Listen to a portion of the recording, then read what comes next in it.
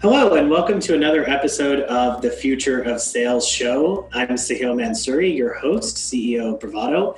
And with me today is a face that is very familiar to people in the sales and marketing world. I'm honored to have the Jen Spencer, Vice President of Sales and Marketing at SmartBug Media, Marketing Chair at Girls in Tech Phoenix, and kind of a voice for sales and marketers in the B2B community for a very long time. So welcome to the Future of Sales, Jen. Thanks so much. Well, you went there. You called me the. You had a V in front of my name. Jen Spencer. That's right. Yes, in the like room of kind of starkness. It's very strange. Normally, I'm like I love to be surrounded by color and light, and I'm working at a galvanized today, and so I'm in this phone booth. No, it's okay. Well, as I was saying, I'm kind of between one fern right now. Zach Galifianakis, I'm sure, is going to sue me for that comment, but it's fine. I've got the beard and the dad bod to go with it, so it's ready to rock. One fern short. Okay, amazing. So I want to, just for the sake of those people, I can't imagine who this would be, but whomever it is that doesn't know you, could I bug you? Let me see what I did.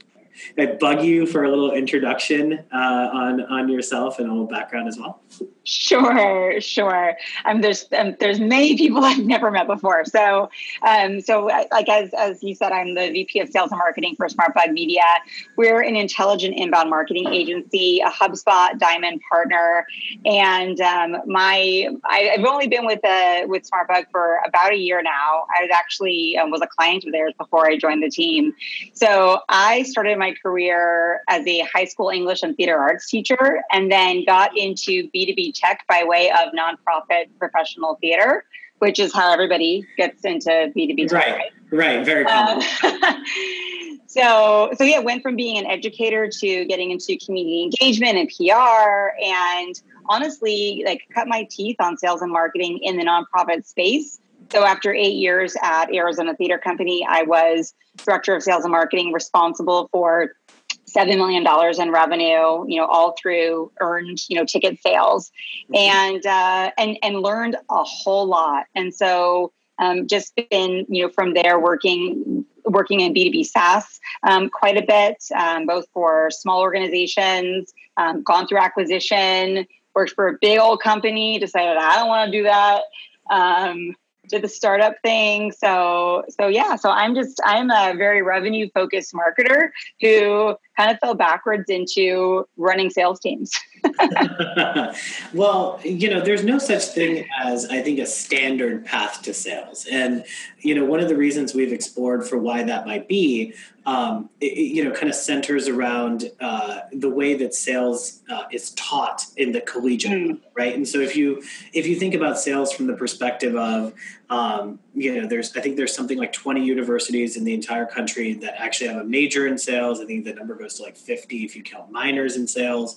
And sales as a profession has had a lot of negative stigma around it, and very few people are proud to stand up and say, like, I'm a salesperson, the way that someone might be like, I'm a doctor, an engineer, or whatever, right? And I think that your experience is certainly unique, but at the same time is completely not unique in the sense that like, you never thought you'd be in sales, you were doing something completely different, and then like all of a sudden here you are. How do you feel about, as we look towards this profession becoming increasingly more professional and us starting to like build curriculum and programming and like an education track around sales, how do you see that changing in the future? It's a really good point. Yeah, it's a really, really good point. And I think if I look back at what's made me successful, both as an individual contributor and as a sales leader, I have to look back and go, my teaching background was a significant part of that. Because when you have a classroom full of high school students, right? And you have a goal, you have a curriculum you need to get through, you have something that you want them to learn. And you have to reverse engineer this strategy for getting them through this process of understanding and learning and passing that test. It's almost identical, right? When you talk about moving someone through a sales process. That's right. And I think that as our buyers, everyone's talking about our buyers are changing, customers are changing, right? That whole like negative stereotype of a salesperson, like a used car salesperson, that whole idea, that person, that sales role is diminishing. And people want to be helped. They want to be supported. They want to be taught. So I think that there's something there. There's this connection between being able to listen, to understand the audience, know where they're coming from, and there's psychology involved. There's teaching, there's communication involved. I think sales is fundamentally changing because of everything that's going on around us. So I mean, I'm hopeful that we're going to start to see, curriculum kind of popping up here and there. I think it's already happening on the marketing side of things, where in marketing curricula, they're teaching about revenue marketing as opposed to just brand marketing. That's right. So I have a feeling sales is right behind. I share your optimism. And in fact, one of the things that we've been doing here at Bravado is going through and having conversations with both I guess everything from people who are running business programs to college counselors and, going through and trying to set up, kind of career fair type activities where people are introduced to sales. I'm sure you know this, but sales is the number one most common profession for someone who is freshly out of undergrad. And yet it's just not taught anywhere, which I think is just, an absolute oversight. And, you can kind of make the joke. I always like to say, if you see someone who's a Korean history major salesperson, or someone who's a former, D2 basketball player salesperson, it's very common that people kind of fall into sales, and it's not really taught in a professional practice. And it's one of the things that, we've really tried to champion is creating a code of conduct, creating ethics, creating standards, and really kind of building a professional practice around sales, as opposed to turning around and having it be like, oh, well, whatever my sales manager tells me is cool is kind of what I'm supposed to do. It seems kind of silly for a profession that employs more people than any other in the United States. Yeah. I think one of the hardest things about making, putting like foundational sales skills or tactics as part of any kind of educational curricula is that it's constantly evolving. Whereas, you give the example of like someone says, I'm a doctor, right? Like there are things about medicine that will never change, right? That are always going to be there. And then there's like bits and pieces that are constantly going to be evolved as technology, and science improves. From like a perspective of sales, human interaction, marketing, I mean, these are things that are constantly evolving. So we're going to have to make sure we're, definitely staying on top of any education that's happening. I mean, and I say we, I'm just like, I'm using this like global the royal we. Yeah, the royal we. It's us. It's you and I. I don't know. What are we going to do? Yeah. So it's tough. It's really tough. I completely understand why we're in the predicament that we're in. Makes a lot of sense. And so one thing I want to turn our attention to as we talk about the future of sales and how things are changing, and I agree with you entirely that, the weapon that salespeople had in order to get customers to talk to them was information obfuscation, right? It was the fact that when you went onto a company's pricing page, it said contact sales. You wanted to download a white paper, it was fill out a lead form. And, it was basically like a bunch of obstacles to purchasing a product that was like it is when sales injected itself into the process. And more what we're seeing now is that salespeople are, there's G2 Crowd, there's Trust Radius, and there's a litany of other services and tools that are out there that make it extremely easy for a buyer to get a lot of information. I mean, you and I are part of a forum called MSP, where you can go and post something like, hey, what do you think about Gong versus Chorus? And get, hundreds of answers from all these buyers. And so now, information is available at people's fingertips that used to not be available.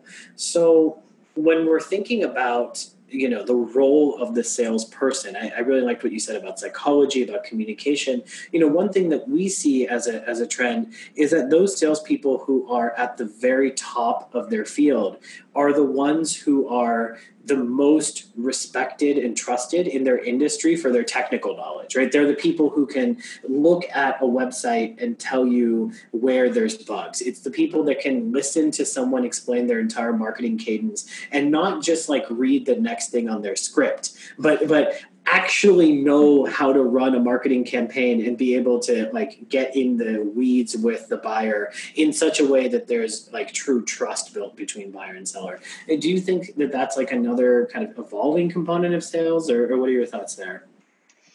Yes, I definitely do. I think, one thing is organizations are going to have to do a lot more research than they've done in the past on their buyer.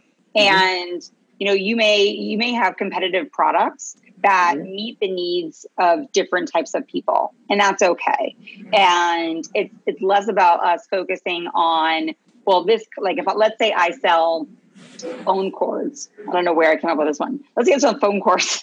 Sure. I could pull a list of like anybody who still has landlines, right? And kind of target those people. But maybe there's a reason why my phone cords make more sense in the hands of person A versus person B. This is a horrible example. But we have to be really honest with ourselves about that and make sure we're like targeting the right, we're focusing on the right people.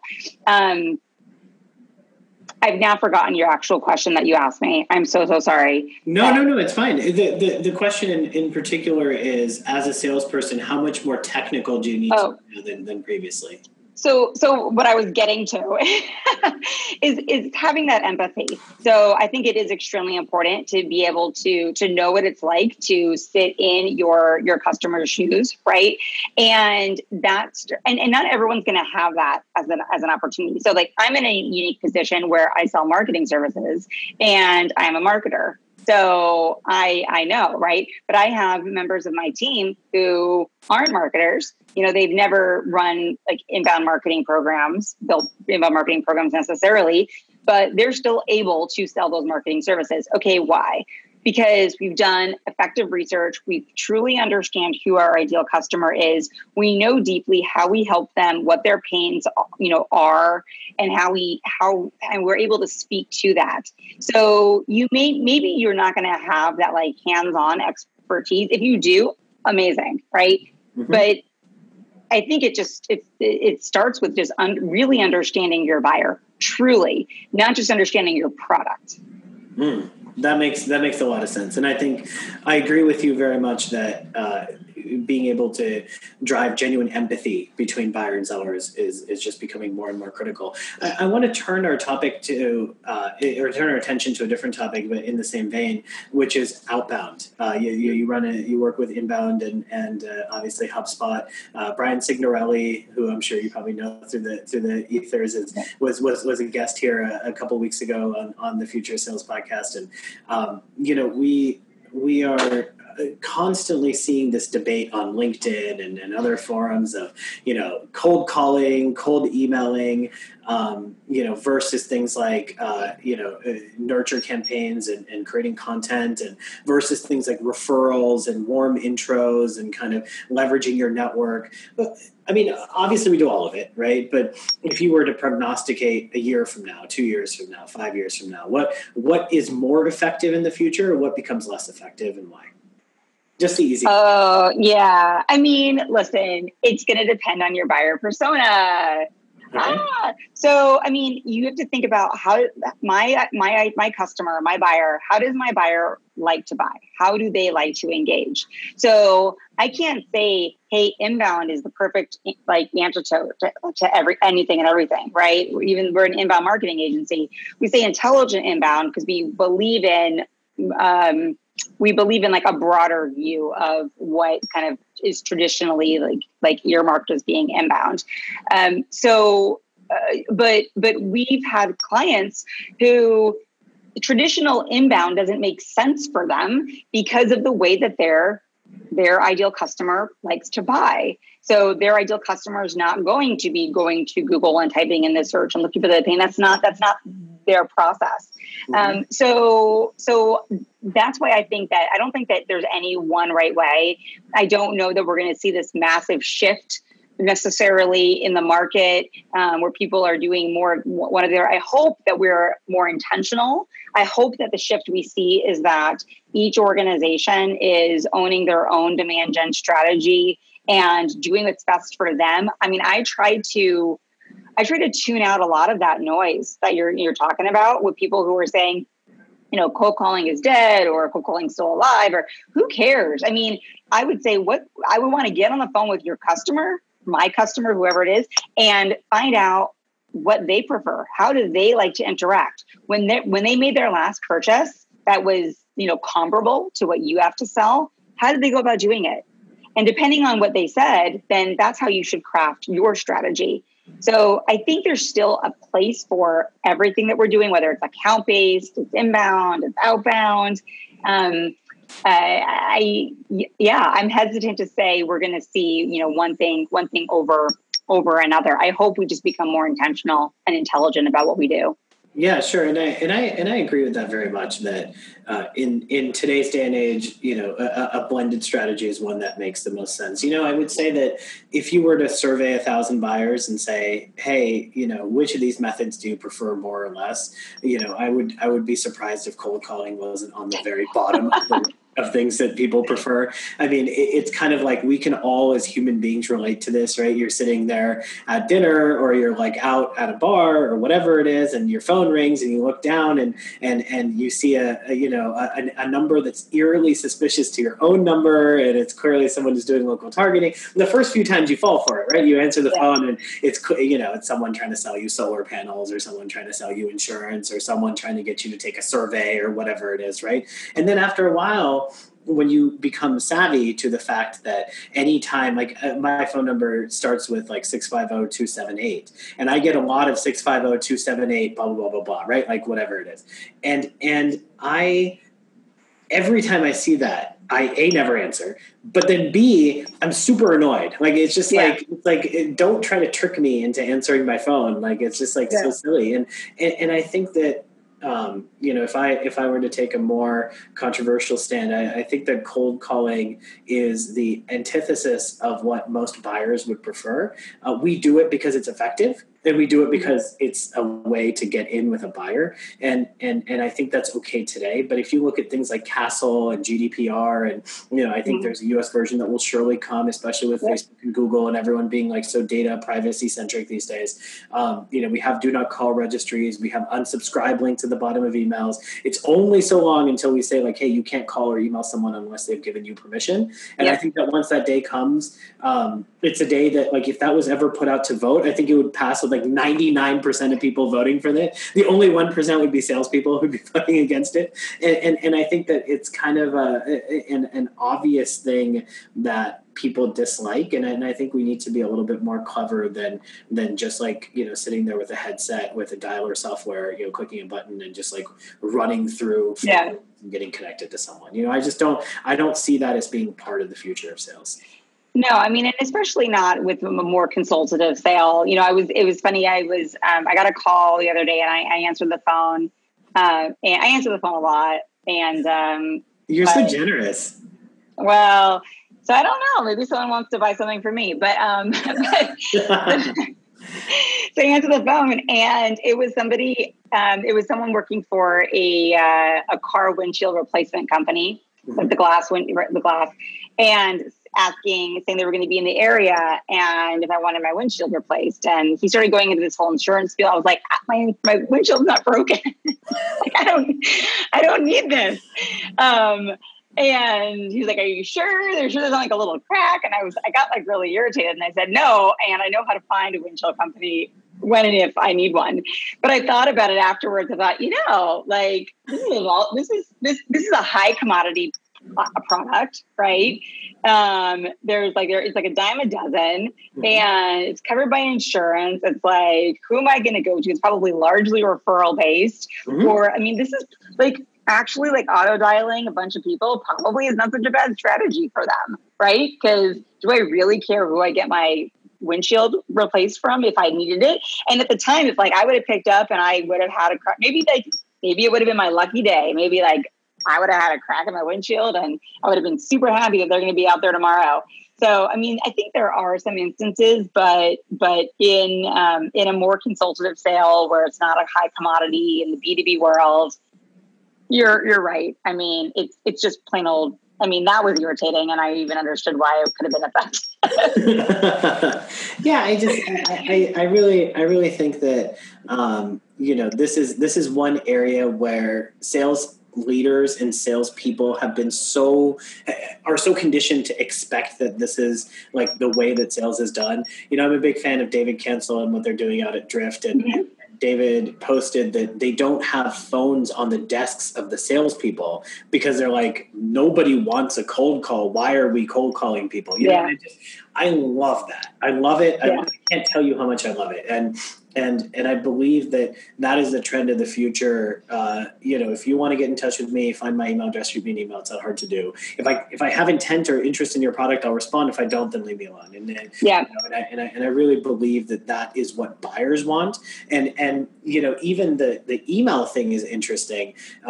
There was a thread. I think it was the CEO or one of the co-founders of Basecamp, if you're familiar with that company, and they and he had posted, we should create a service that every time you get an inbound cold email from a salesperson, it automatically subscribes that, like there's a button you can push and it subscribes that salesperson to every other salesperson who's ever emailed you's mailing list. So they just like email each other all day long. And there were hundreds of comments in return being like, someone wrote like, this is like someone ship out the Nobel Prize for whoever invents this, right? Like there is a lot of, I think there's a lot of contention, and a lot of consternation among the buyer community about the tactics that are used in sales. And I believe very much that, with the rise of AI, with the increased automation, with increased transparency, if we as a profession, because I think going back to what you said about car sales about, a few minutes ago, car sales as a profession is diminishing. Well, a big driver of that is things like TrueCar, right? Like I don't need to haggle with the salesperson. I know exactly what everyone paid for a car. I'm just going to walk in and demand the same price. And if you don't give it to, I don't care what the MSRP says on the thing, right? I know exactly what people are really paying. And I think that is obvious foreshadowing with how sales is go. And if you don't really know the car, and if you're not really customer centric, and if you're trying to like sell me some like, windshield replacement thing that I don't need or whatever, then I think you're going to end up getting automated away. And I think that the people that survive and are actually thriving, because I do believe that sales is human, and I think people buy from people, are the people that they want to talk to, the people you enjoy working with, the people you trust. I just think that's really what it comes down to, No, I agree. I agree wholeheartedly. Yeah. And so Jenna, I want to get your take on one last thing before we let you go. I know you've got a busy day, but one thing that tugs at us a lot in one of the advantages I have at Bravado is getting a chance to see hundreds and hundreds of salespeople and the clients they work with and get testimonials from. And it just pains me to see, the lack of diversity in sales. And I think this is a topic that has come up over and over and over again, and people are championing and talking about a lot, which I'm really excited about. I think we talk a lot about women in sales. I think we're starting to talk a lot about minorities in sales, perhaps less, but a piece that certainly deserves discussion is LGBTQ in sales. I'll just present it with a commentary. What are your thoughts and what are your takes as a female sales leader and someone who's so widely respected in the B2B sales community? I think, everything we've talked about to this point about buyer behavior changing and the way that a salesperson, the role of a salesperson today versus the role of salesperson 10 years ago, 20 years ago, that is helping change who we're seeing in sales roles and who we need to be seeing in sales roles. So I think if you were to talk to someone who was a sales leader, 20 years ago or even less, they would say, go find like an ex-athlete, give me some guy who used to play football in college. He's going to be competitive. He's going to control the conversation. He's going to, there's this picture, this image that they have. The thing is who do people want to buy from? And people don't necessarily want to buy from that type of person anymore. So, and people like to, we work with similar types of people. It was funny. This was, a number of years ago. I was at Net Time Solutions, and we had this wide array of sales reps. And one day I just said to my CEO, I'm like, you know, what's interesting is we have these very different personalities on our team. And if you look at the customers they're bringing on, the customers are very much like the sales reps, right? Like there's a lot of similarities. He's like, gosh, you're right. I'm like, it's because like attracts like, and people want to work with people they're comfortable with. So we have to change that profile and stop thinking about kind of what that traditional salesperson kind of looks like, because our buyers are changing. Now, that's kind of one piece. The other piece that I think we also have control over is the little things that we do inside of our organization that we may be very, very blind to. So here's an example. I was talking with someone she's in a sales capacity. She's like an SDR at a tech company. And she mentioned that she didn't, there was like a little competition, which competition's fantastic, but she lost some kind of competition internal, like a book meeting competition. And so what her manager made her do was like 20 push-ups in the middle of the floor, like in the middle of the office, right? And it was like everyone was kind of cheering, and like, it was this whole big thing. And she said, you know, she was fine at first with it. And then she thought about it later and went, that was kind of messed up. And was thinking about like other people in the office, and other people might be interested potentially in being on that sales team, but might go, well, I don't want to be like dehumanized like that, you know? Right. So here it's like, I know that sales manager had the best of intention, right? And it was, and it all came from like a good place, but you have to think about what you're putting out there and who you're saying is welcome on your team. It's things like that. It's things like, very natural things. Like I was one time, at an organization where no, I don't golf. Okay. I live in Arizona. I guess I should golf, but I don't golf. But we had a couple of people come into town, and a bunch of the leaders, they went golfing, and I wasn't invited, you know, and they said, well, you don't golf. I'm like, yeah, but there's business, even though you're golf, there's business happening. Like, don't tell me there's not business happening when you're there. So either invite me and I will hack away and make you all pissed off. I don't care. Or come up with an activity that everyone can participate in. Right. And, you know, the CEO's like, ooh, you're right. You're right. So it's just a matter of some of us also speaking up and saying hey, this isn't cool. I mean, I have so many thoughts on everything that you just said that are all conflicting together, but I feel like I can thread it by just saying, you know, from everything from the persona of who we try to hire to the culture that we build on the team to the activities that we choose to do as a team. You know, I think you said it best, and you're like attracts like. And so far, you know, we haven't run a true meritocracy in sales. We've run a true mirrorocracy in sales. And most of the old school sales leaders are a bunch of white dudes. And so they've hired a bunch of white dudes to come in, and they do white duty things like go golf, right? And do push-ups on the floor. And if you don't happen to fit that profile, then these things feel unnatural to you, and then you self-select out. And I think that where it comes down to is exactly what you said, which is let's think about who our buyers want to buy from. And, you know, I read a lot of job descriptions for sales roles. You know, I don't quite have an explanation for why, except for the fact that I'm curious. And I keep reading these, we're looking for someone who's super competitive, who can, you said, control the conversation, and someone who's a hustler and a sales ninja. And which buyer wants to buy from a controlling ninja who's a hustler? You know, give me the buyer who's yeah, sign me up for a conversation with the most competitive person on your team. I would really, you know, and so I think that, if you ask a buyer, they're like, I want to talk to someone who's really kind and someone who's really compassionate and someone who's really respectful and someone who's really smart and someone who knows their product and is really responsive to my needs. Like, I want someone who's fun and just genuinely a good human, right? I'm sure that's what buyers want, but that's never what's in the job description for sales. Right. And I think that is the miss. And until we solve that problem, we're never going to get rid of the stigma. And until we get rid of the stigma, we're always going to be in a competitive situation with buyers where it's us versus them. And it's all about us being on the same side as them. And I couldn't agree with you more. So I really appreciate your perspective on that, Jen. I'm gonna take the snippet of what you said and play it for our team here internally as well, because I think it really resonates. Awesome. Well, I'm so glad. Amazing. Well, you got one tip for a sales leader who's listening to this and is like, well, gosh, this conversation makes a lot of sense. Where do I get started? You got one actionable tip for somebody who wants to increase diversity on their team. One thing they can do today to start making, getting the snowball rolling down the hill. Mm-hmm. Honestly, I would select 3 or 4 of my best customers, the people who fit my buyer profile, like to a T, who I think like if we had 100 more of these people, life would be perfect.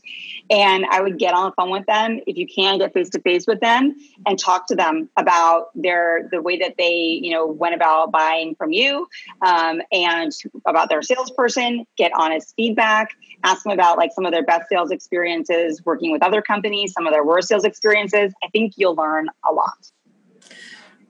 Account-based hiring, right? That's kind of that's what came to my mind right away. Right? Let's go start a company. Let's go start another account-based something. No, I have no more time. No. But I think it makes so much sense, and I love it. And again, being responsive to the market and listening to your customers is the only way to win in the market. And I think that's a great tip. It's really, really good. So I kind of put you on the spot and you like really delivered. That was awesome. Okay. So we will let you go, but only if you'll promise to come back and do this again. Cause you're great, Jen. This was such a great session.